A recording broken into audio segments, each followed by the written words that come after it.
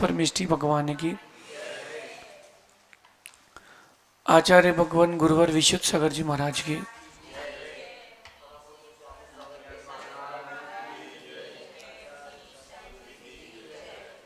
यहाँ हम सभी जिन आगम के अनुसार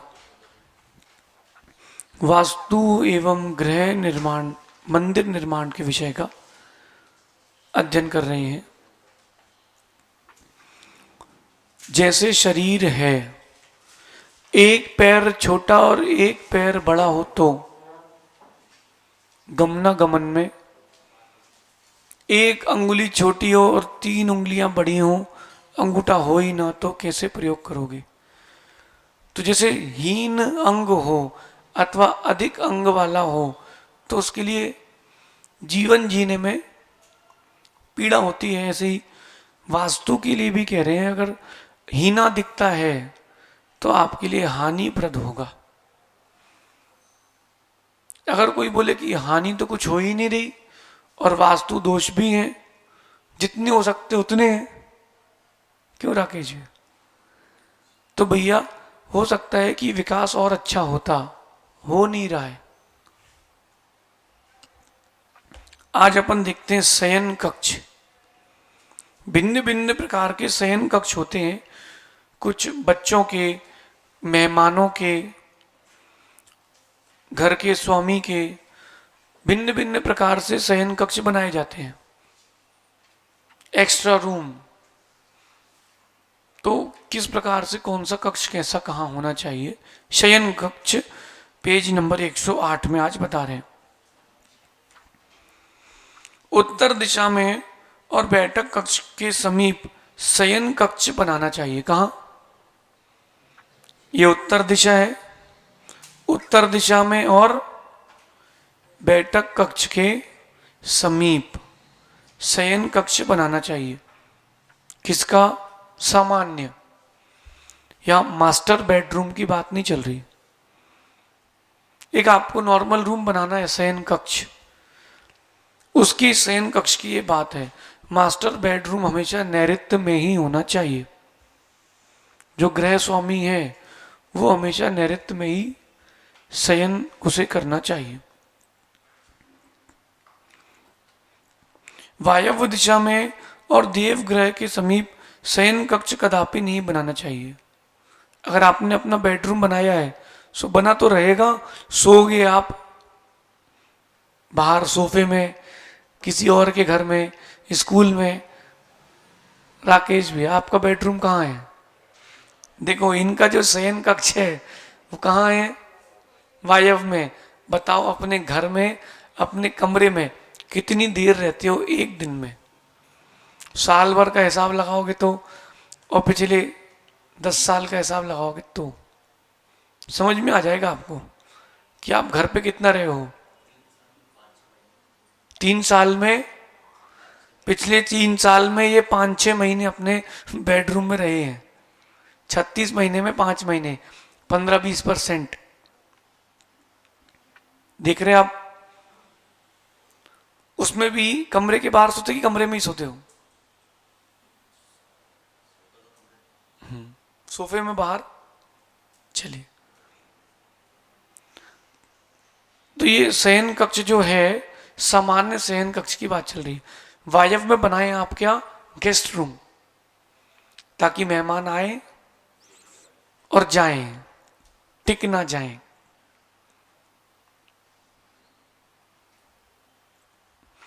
पश्चिम दिशा की ओर नैऋत्य दिशा में गृह स्वामी का शयन कक्ष बनाना अति लाभप्रद है। ये नैऋत्य है, गृह स्वामी का कक्ष, यही होना चाहिए। हाँ,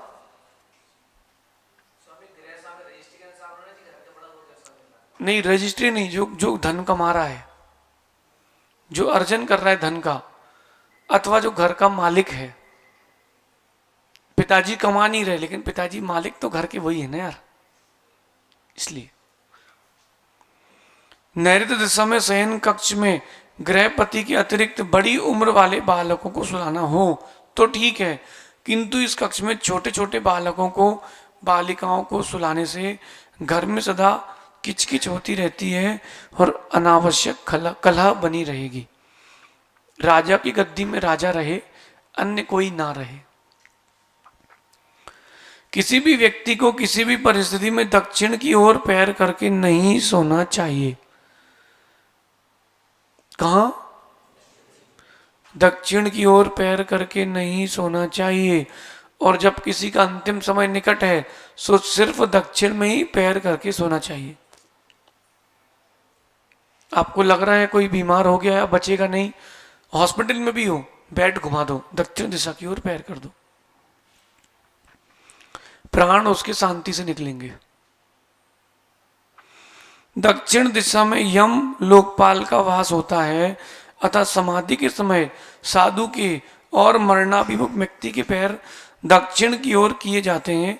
दक्षिण पैर करके सोने से शांति पूर्वक निद्रा नहीं आती, बुरे स्वप्न आते हैं, मन में विचार भी बुरे बुरे आते हैं, कभी कभी छाती भारी हो जाती है, कभी कभी लगता है चीपा चीपा ऐसे किसी ने पकड़ लिया हो, छुड़ा नहीं पा रहे हो, ऐसा भी होता है। मानसिक रोगों की वृद्धि होती है और आयुष्य कम होता है। कहां? दक्षिण में पैर करके सोने। इसलिए मरण के समय दक्षिण तरफ करें, शेष समय नहीं। अगर आप शयन कर रहे हो, सबसे श्रेष्ठ है कि आप अपना सर दक्षिण में करें, सबसे श्रेष्ठ। उत्तर में पैर करें, सबसे श्रेष्ठ। आपके ऐसे ही है। दूसरा नहीं हो पा रहा तो पश्चिम में पैर कर, सिर करें, पूर्व में पैर कर लें। और अगर ये भी नहीं हो पा रहा, बहुत इमरजेंसी है, कुछ समय की बात है, तो आप पश्चिम में भी पैर करके सो जाएं। आध्यात्मिक भावनाएं बढ़ेंगी। लेकिन कभी कोई विपरीत परिस्थिति है, जगह कम है, तो ये ना सोचे कि रात को ही चले जाऊंगा। एक आध दिन के लिए दक्षिण में पैर कर लिए तो कोई बड़ी बात नहीं है, उसको अपना रूटीन ना बनाए। शयन कक्ष का एक द्वार आग्नेय अथवा दक्षिण में रखना हो तो उसके साथ एक दो खिड़कियां आवश्यक रखना चाहिए। अगर शयन कक्ष का द्वार आग्नेय या दक्षिण तरफ है तो उसमें कक्ष में दो खिड़कियां, एक दो खिड़कियां अवश्य होना चाहिए। इन दोनों दिशाओं में एक एक द्वार रखना अशुभ है। मतलब द्वार अकेला रखा है, खिड़की नहीं है, तो अशुभ है। शयन कक्ष में उत्तर दक्षिण, शयन कक्ष में आग्नेय या दक्षिण में आपने द्वार रखा है तो एक एक द्वार फिर हानिकारक है। खिड़कियां उसमें कंपल्शन होना चाहिए बैलेंस के लिए। बालकों को सुलाने के लिए पश्चिम दिशा में शयन कक्ष बनाना सर्वोत्तम है। किसको? भिन्न भिन्न प्रकार के शयन कक्ष बता रहे हैं। पश्चिम दिशा में बच्चे, क्यों कह रहे हैं ऐसा? उनका मन जो है वो बहिरंग चित्त में नहीं जाएगा, अवस्था में उसका चित्त नहीं जाएगा। पूर्व दिशा में बनाए गए शयन कक्ष में अविवाहित बालक बालिकाओं को और अतिथियों को सुलाना कथनचित ठीक है, किंतु इनके अतिरिक्त अन्य कोई ना रहे, अशुभ है। आप कहां सोते हैं? कौन सी दिशा में? नैऋत्य में। आपका काला जी? नैऋत्य में। आपका जितेंद्र भैया? ईशान में। हाँ, अब आप देखो मिलेगा, सब आएगा इसमें भी। क्या आया इसमें? ऊपर निकला ना अभी, ईशान निकला कि नहीं? लो अगले ही है। प्रमुख ग्रह की आग्नेय दिशा में सोने से अनावश्यक खर्च बढ़ता है, आपस में कलह होती है, प्रतिदिन कोई ना कोई झंझट मुख फाड़े खड़ी रहती है। कुछ ना कुछ तो मिलेगा इसमें से। हमारा कक्ष जो था, हमारे पास दो कमरे थे, एक हमारे पास नैऋत्य में था और एक आग्नेय में था पूर्व अवस्था में। तो जब जब हम ऊपर आग्नेय में सोते थे झगड़ा पक्का होता था और खर्चा खूब होता था। दोस्त लोग इकट्ठे हो गए, चलो चलते हैं, हमने चलो चलते हैं। जो नीचे वाला था वो नैऋत्य का था, तो वहां कोई ज्यादा किचर पिचर नहीं होती थी, जाके सोते थे बस। जितने हल्ले वाले काम होते थे वो आग्नेय वाले कोण में ही होते थे। एक बार गोली लग गई थी, एक को तो भी वहीं लगी थी। सत्य। सुनिए, ईशान कोण देव का स्थान है। यदि शयन कक्ष बनाएंगे तो अशुभ ही होगा, रोग वृद्धि होगी, अनेक संकटों का घेरा रहेगा और प्रगति में बाधा पड़ेगी। माना कि पुण्य तेज है तो कुछ नहीं हो रहा, तो कहीं ना कहीं से तो पाइप है, गुब्बारा है, आपने पानी भरते जा रहे हो भरते जा रहे हो, कहीं ना कहीं से तो फटेगा, तो कोई ना कोई लॉस तो होगा। इस दिशा में सोने वाली कन्याओं का विवाह विलंब से होगा। इसलिए अपनी जो घर की बेटियां हैं वायव्य और पूर्व दिशा में शिफ्ट करो, जिनकी होना है। आग्नेय कोण में ना, वहां पर आप गेस्ट रूम बनाओ, व्यक्ति रुके और जाए। देखो आग्नेय कोने के कमरे खाली रहते हैं अधिकतम। हाँ हाँ, खाली रहता है, ज्यादा गेस्ट नहीं आते आपके यहाँ। आता है व्यक्ति तो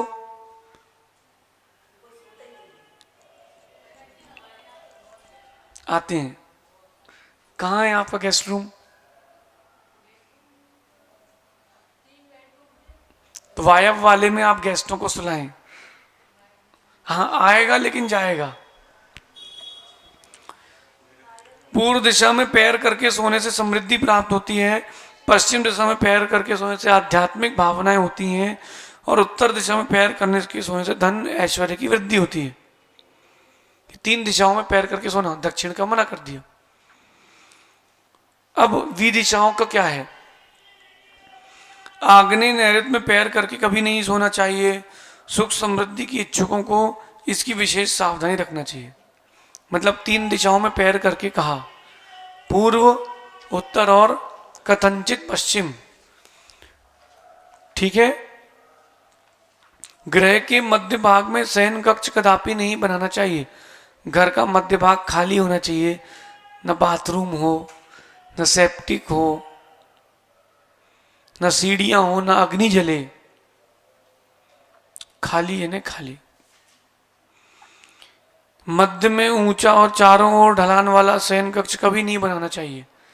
इंटीरियर थोड़ा आजकल सब डिजाइनिंग वाला हो गया ना, ऐसा फील होना चाहिए कि मैं पहाड़ में सो रहा हूं। तो फिर पहाड़ में सो रहे हो, शेर खाएगा?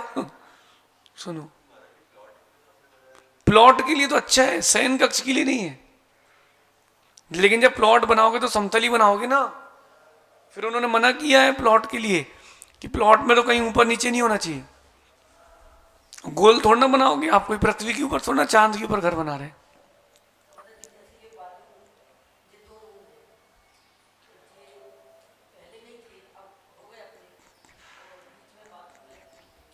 अब बीच में बाथरूम आ गई तो हानिप्रद हो जाएगी।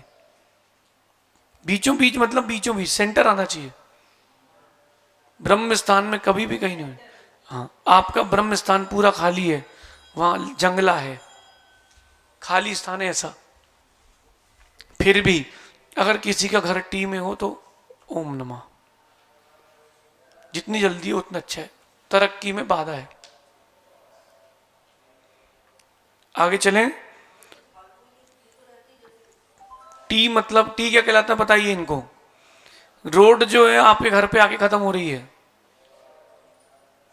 रोड आपके घर पर आके ही खत्म होती है, वो क्या कहलाती है?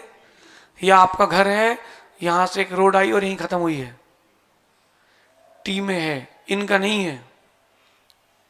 इनके घर के सामने जो एक रोड गई है, तो रोड के सामने आपका टी में है। आपका घर टी में है, इनका नहीं है। अब ऐसा आके ऐसा मोड़ा, लेकिन रोड तो खत्म हो तो आपके पास आके हुई है ना। डेड एंड रोड का जो है वो अपने पास है, टर्न होके गया है, लेकिन रुकी तो आपके घर पे ही ना। अगर कोई गाड़ी वाला चला के आया है और उसका ब्रेक फेल हो जाए, ट्रक, तो कहाँ घुसेगा वो? हाँ, वो टी है। लेकिन प्रभावी आपको ही होगा। हाँ, ये जो सामने कॉर्नर का मकान है ये टी में आएगा, और जो सामने वो जो बिल्डिंग वो भी टी में आएगी। इनका टी में नहीं आएगा, चक्की का। इनका कॉर्नर प्लॉट है और कॉर्नर से कोई प्रॉब्लम नहीं है, लेकिन इनका पूर्व और दक्षिण का कोना है। हाँ, तो ये फिजूल खर्ची बहुत करेंगे।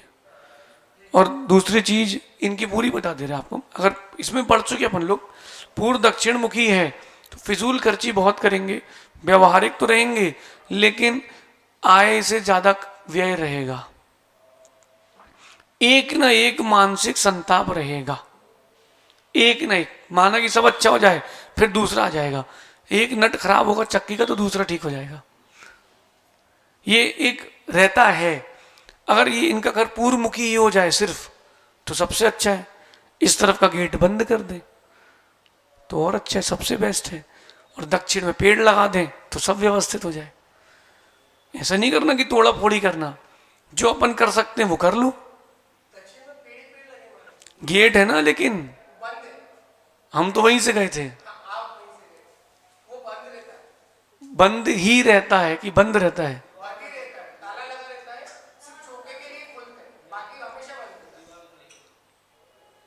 उसको बंद ही कर दो, ज्यादा अच्छा है, आपका घर का प्रवेश पूर्वमुखी हो जाएगा। ये शयन कक्ष की छत की ढलान वाली, शयन कक्ष की छत भी ढलान वाली नहीं बनाना चाहिए। अपन ने जैसे वो झोपड़ी टाइप से बनाया, माना कि इसके ऊपर अपना कमरा है और जो टीन शेड टाइप का आपने झोपड़ी हट बनाई है तो बनाओ आप, लेकिन ऊपर की रहे ढलान, छत पे जो ये रूफ है ये सीधा रहे, छत सीधी रहे, ऊपर आप बनाते रहो कुछ भी। जैसे ये उठा हुआ है लेकिन फ्लोर सीधा है, अगर इस पर भी फ्लोरिंग कर देंगे तो उसके लिए मना कर रहे हैं, ढलान वगैरह कहीं ना हो, छत सीधी हो। शयन कक्ष का द्वार पूर्व या उत्तर या पश्चिम दिशा में रखना चाहिए।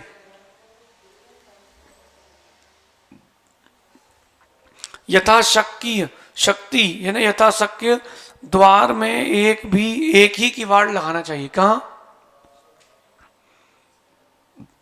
एक गेट दो खिड़की। अगर बालकनी है, हाँ, एक किवाड़, एक दो पल्ले वाला किचन में, घर के प्रवेश में। शयन कक्ष की पश्चिम दिशा में बड़े बड़े रोशनदान और पूर्व एवं उत्तर दिशा में छोटी छोटी खिड़कियां बनाना चाहिए। कहाँ? शयन कक्ष में बड़ा रोशनदान, जहां से अच्छी रोशनी आए, छोटी छोटी खिड़कियां बनाओ पूर्व पश्चिम, पूर्व और उत्तर में। शयन कक्ष में पीला अथवा सफेद मार्बल नहीं लगाना चाहिए। क्यों? श्वेत मार्बल तो मंदिर जी की पवित्रता रखने वाला है, अपने उस फर्श को थोड़ा सा डार्क रखें, हल्का सा, एकदम बहुत डार्क भी नहीं, हल्का सा डार्क रखें।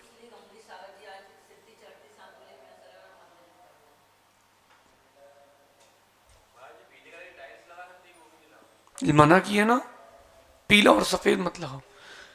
क्यों क्यों कह रहे हैं?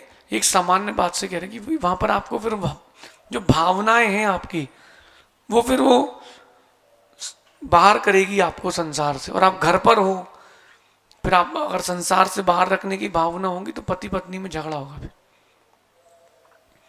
वो पत्नी कह रही घूमने चलो, पति कह रहा हम नहीं जाएंगे, अथवा पति कह रहा घूमने चलो, पत्नी कह रही आज अष्टमी है, अब झगड़ो। हंसो क्या, हंसने से क्या होगा, झगड़ो। फिर व्यवस्थित रहे। घर पे आपने अधिक फोटो लगाई है साधुओं की, परमेष्ठी की, तो फिर उससे आपके लिए प्रॉब्लम होगी कि वहां पर व्यापारिक दृष्टि नहीं बचेगी। अब जब अधिक व्यापार की दृष्टि नहीं बचेगी तो फिर क्या करोगे? ना घर की रहे ना लिमिटेड। शयन कक्ष में नीला, हरा, तंबाकू रंग, फीका गुलाबी अथवा बादामी रंग कर लो कमरे में। नैऋत्य दिशा में बने हुए शयन कक्ष की नैऋत्य दिशा में ही भारी वजनदार सामान एवं वस्त्रों का कपाट रखना चाहिए। जो नैऋत्य है कमरा, ये नैऋत्य हो गया, इसके नैऋत्य में आप एल शेप में अलमीरा बना लो और उसी में आप तिजोरी रखवा लो उत्तर मुखी करके। ये नैऋत्य में आपका कमरा हो गया, तो एल शेप में आपने यहाँ पर रख दी, और जैसे पाटा लगा है ऐसी अलमीरा में सामने उत्तर मुख करके तिजोरी, तिजोरी भी हो गई, अलमीरा भी हो गई, नैऋत्य भी भारी हो गया ऑल सेट।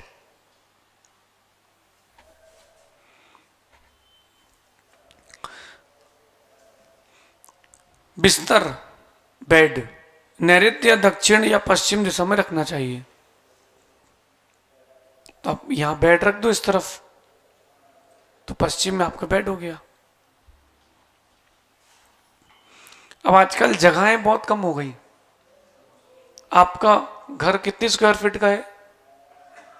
फ्लैट मतलब जो अपना अपना area, carpet area 4200 square feet है आपका कारपेट एरिया, तो पर्याप्त है। अच्छा बड़ा हॉल, कमरा, रूम, किचन सब पर्याप्त है। इन्होंने अच्छा किया। और आजकल ये पैटर्न हो गया है, 5 भाई हैं तो उन्होंने कहा अपन अलग अलग क्यों रहो, कुछ हो गया समस्या, अपन तो है अलग भी रहो एक साथ भी रहो।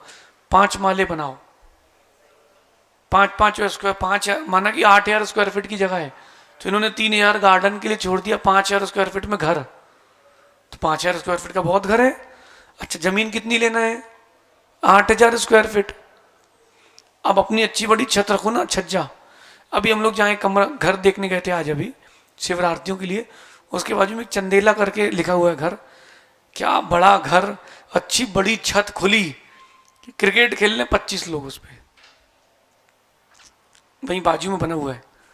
ऐसा ओपन स्पेस बनाओ थोड़ा सा तो लगे कुछ हुए।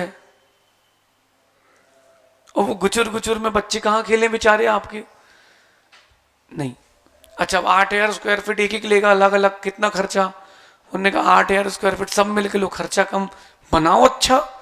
तुमको 15 फीट की हाइट रखना अपने फ्लोर की, 15 फीट की रखो। तुमको कितना बड़ा किचन रखना उतना बड़ा रखो। इतना बड़ा जितने कमरे में हम हैं, 2 कमरे मिलाओगे तो 500 स्क्वायर फीट का किचन हुआ। तो 500 स्क्वायर फीट का किचन क्या होता है?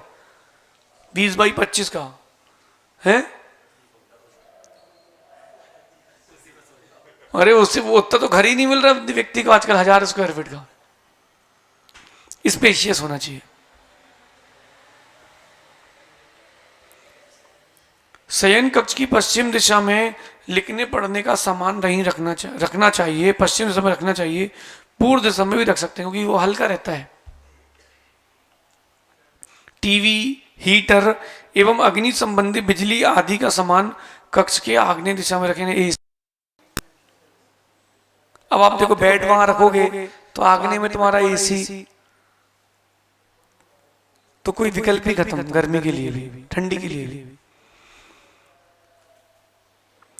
वस्त्र का कपाट यानी आजकल अलग से बनने लगा है चेंजिंग रूम।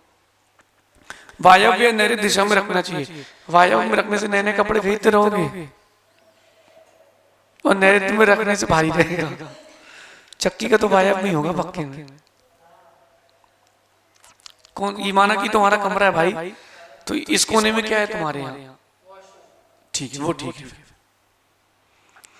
शयन कक्ष में तिजोरी नहीं रखना चाहिए, मना कर रहे हैं। क्यों कह रहे हैं? यदि रखना भी पड़ती है अगर किसी कारण से, तो चारों विदिशाओं को और पूर्व या उत्तर दिशा को छोड़कर केवल दक्षिण दिशा में रखना चाहिए।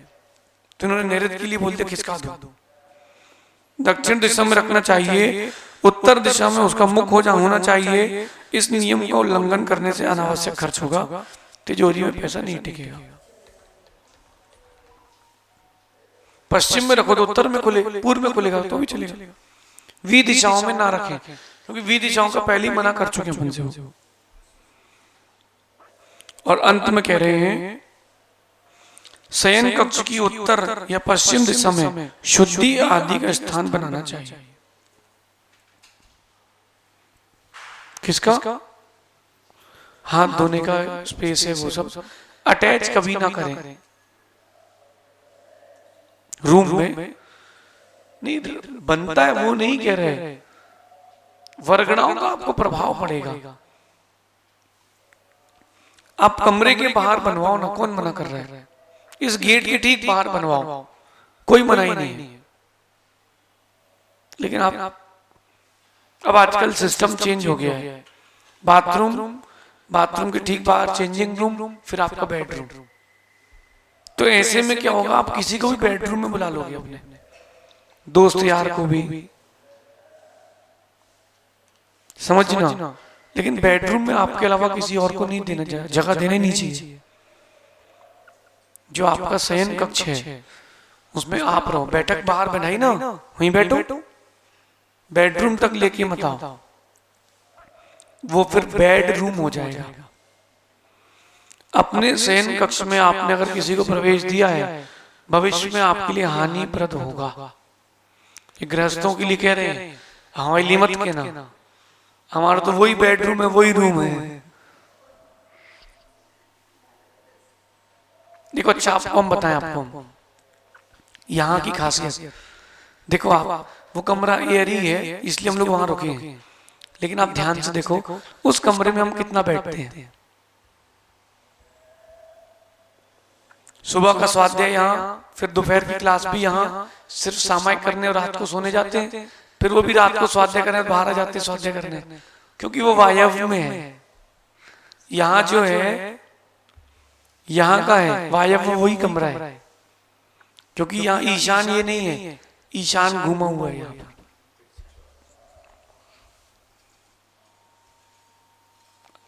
ये प्रभाव पड़ता है। शेष अपन आगे और इसके देखेंगे। ये अपन ने शयन कक्ष के लिए पढ़ा है, कल अपन देखेंगे अनुपयोगी सामग्री कक्ष। क्या अगर कोई व्यक्ति घर में अनुपयोगी है तो उसके लिए नहीं है कक्ष। नहीं तो एक जब हमने पढ़ाया एक जगह तो बोले अपनी छोटी बहन को यहीं रख ले महाराज जी, बोले अनुपयोगी है। दादाजी तुम्हारे अनुपयोगी नहीं है, पिताजी आपके अनुपयोगी नहीं है। अनुपयोगी सामग्री कक्ष इन जो वस्तु आपके पुनः पुनः उपयोग में नहीं आती, अब गर्मी का समय है, हीटर किसी काम का नहीं, अनुपयोगी कक्ष।